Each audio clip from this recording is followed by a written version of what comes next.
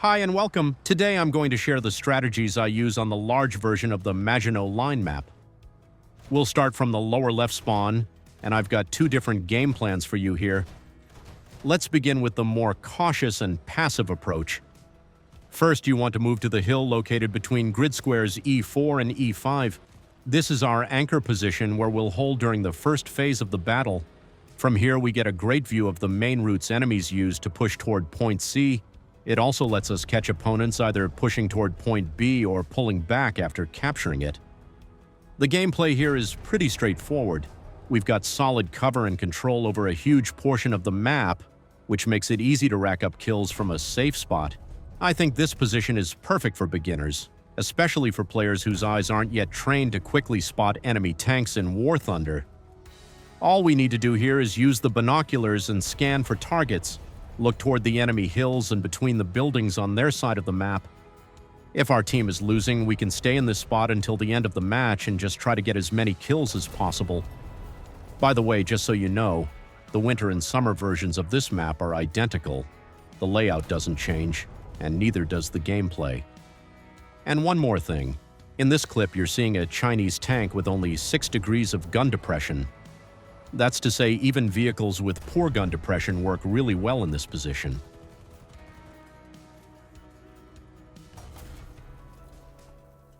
I highly recommend remembering this position. Even if you don't like it as your first move in a match, it can be extremely useful for a second or even third spawn.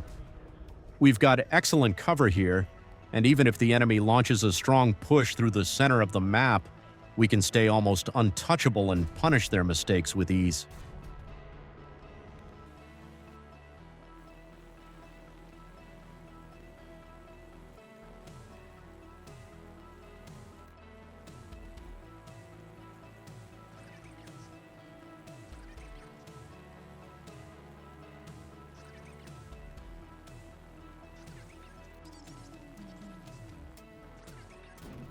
The second opening position is a bit more complex and demanding, but it also makes for a much more interesting playstyle. As soon as you get up on this hill in grid square E4, you'll want to look to your left and try to spot any enemies. They often play from that hill on the left side.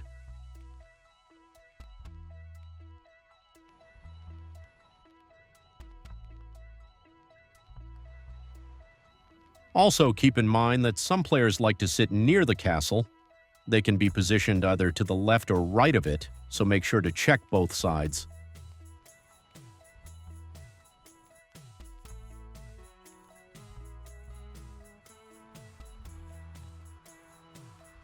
And of course, as is tradition on this map, there's always going to be that one heroic spawn defender camping the hill near the enemy's spawn for the entire match. I get it. This is a lot of information, so let's break it down and keep things organized. The position to the left of the castle is only a threat if you push too far out of cover. The position to the right of the castle is basically a free kill. Anyone there is an easy target. Enemies on the left side hill, that's a proper one-on-one duel. Nothing fancy, just pure skill. The guy on the spawn hill is a serious threat, so never forget he's watching. And finally, to our right, there's a road that leads straight to the capture point. Our main job is to intercept any enemies coming down that road and also finish off anyone pulling back from the point, especially if our team loses the fight for it.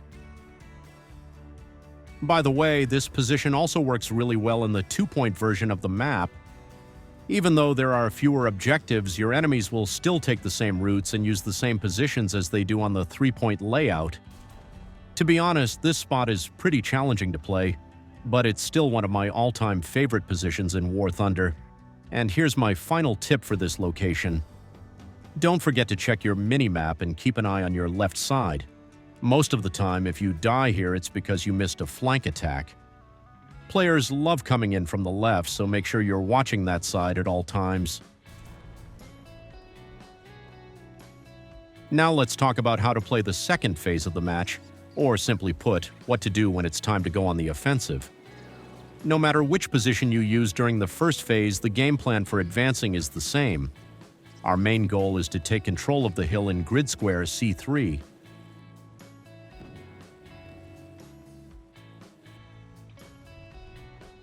From there, we get full control over both enemy exit routes from their spawns, and if you're looking toward the left spawn, you even get partial visibility, which means you can do a little bit of spawn camping too. To be honest, there's nothing too technical about this position. Just play it safe and stay alert. Keep your head on a swivel and the kills will come naturally. Guys, before we move on, I just want to say thank you for watching my videos and helping the channel grow so fast. It's honestly hard to put into words how grateful I am for each and every one of you who takes the time to watch my content. I'm constantly impressed by you. Most of you are adults who come home after work or studying, and instead of watching Anime Thunder memes, you choose to sit through a serious War Thunder guide. That really means a lot to me, and I truly appreciate having you here. And of course, a special shout out to the absolute legends who hit the join button and became channel members. Thank you so much for your support. To be honest, I enjoy playing from the northern side of this map a lot more, mainly because the enemy can't use that one absolutely broken position, which I'll show you a bit later. But first, I want to show you a couple of spots I use when I really don't feel like playing this map at all. The first one is between grid squares C5 and C6.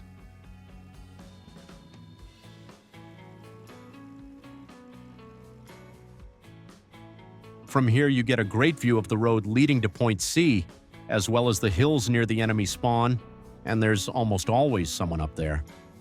This spot is perfect if you just want to grab a few quick kills, hop in a plane, or leave the match with at least something to show for it.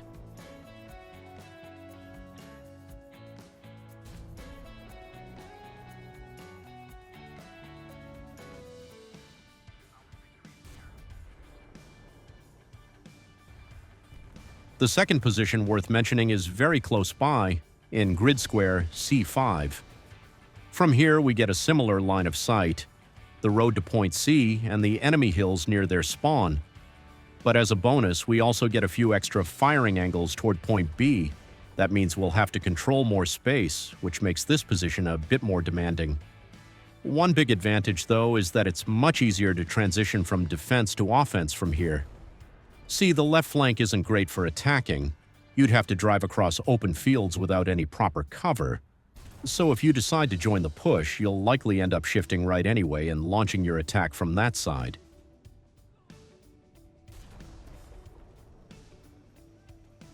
Even though the gameplay on both of these positions is incredibly simple, basically a shooting range to practice your aim, they both come with one big downside. If our team loses the fight for the city or lets a flanker slip through to the position in grid square C3, we'll become very easy targets. So if you're someone who cares about your stats in War Thunder, keep in mind, most of your deaths here will happen because your team makes mistakes on the right flank. Personally, I usually trust my teammates enough, so I still play these spots from time to time. Either way, I wanted to share them with you. Maybe some of you will actually enjoy playing from here.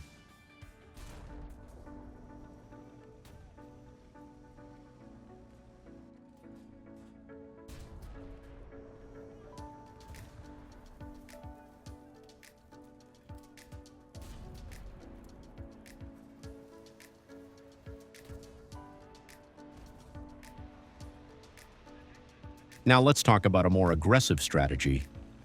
Right away, this one only works if you're using a fast tank, because you'll need to rush to grid square D4 as soon as the match begins.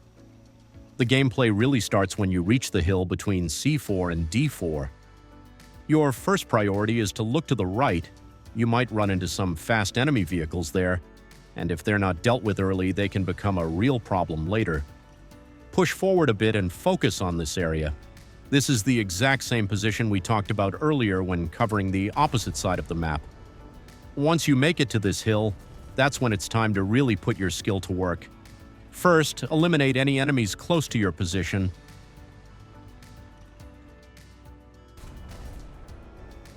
Once that's done, you get an absolutely amazing view of enemies pushing toward point C, those camping on the hills, and even partial visibility of vehicles leaving their spawn.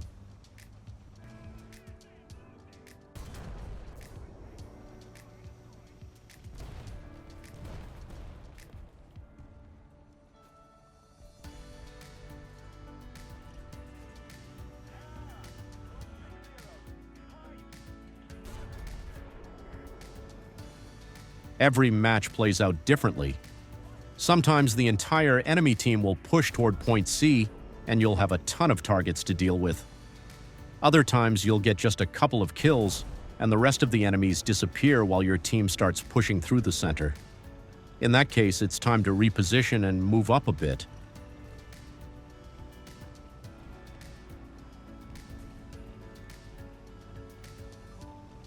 From this next hill, you'll get a clear view of the enemy's spawn exit, which lets you intercept anyone trying to reach point A or point B.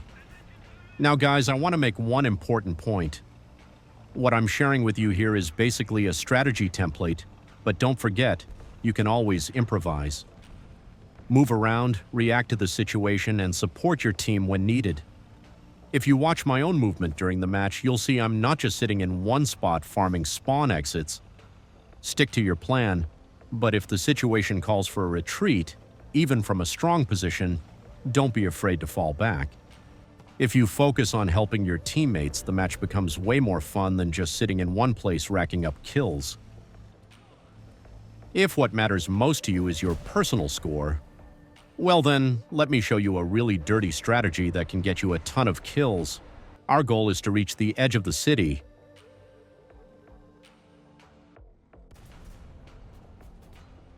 Sometimes you'll run into enemies here and you'll have to fight up close. Now, there's one sneaky trick you need to be aware of, something an enemy player might try to pull on you. They can take up a very crafty position and shoot straight through a narrow gap between buildings, sometimes taking out half your team before anyone notices. It doesn't happen often, but just in case, keep an eye on that gap. It might save your life.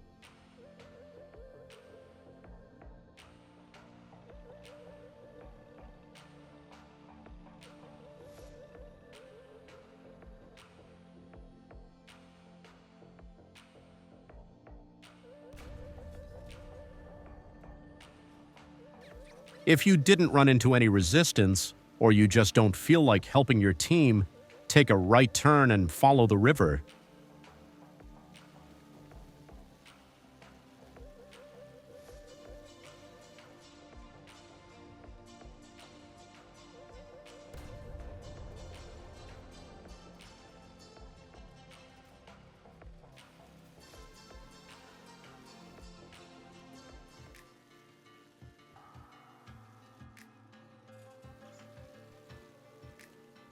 If you want to make this strategy look a bit more legit, like an actual flanking move, you can stop right here and take this position.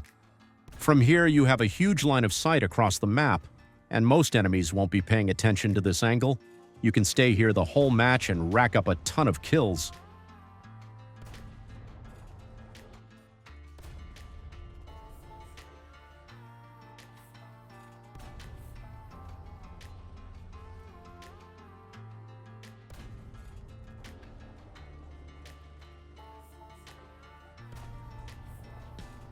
But if for some reason you really want to make the entire enemy team rage, keep going along the river.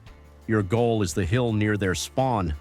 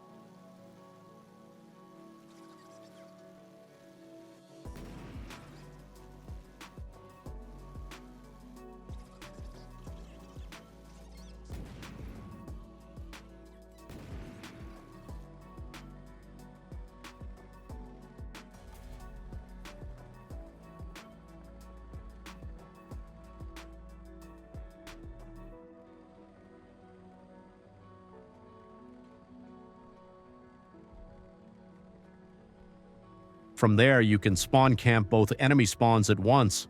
Hopefully, one day Snail will finally nerf this spot and it'll be gone for good. But until then, and it's up to you whether or not you want to use something this dirty,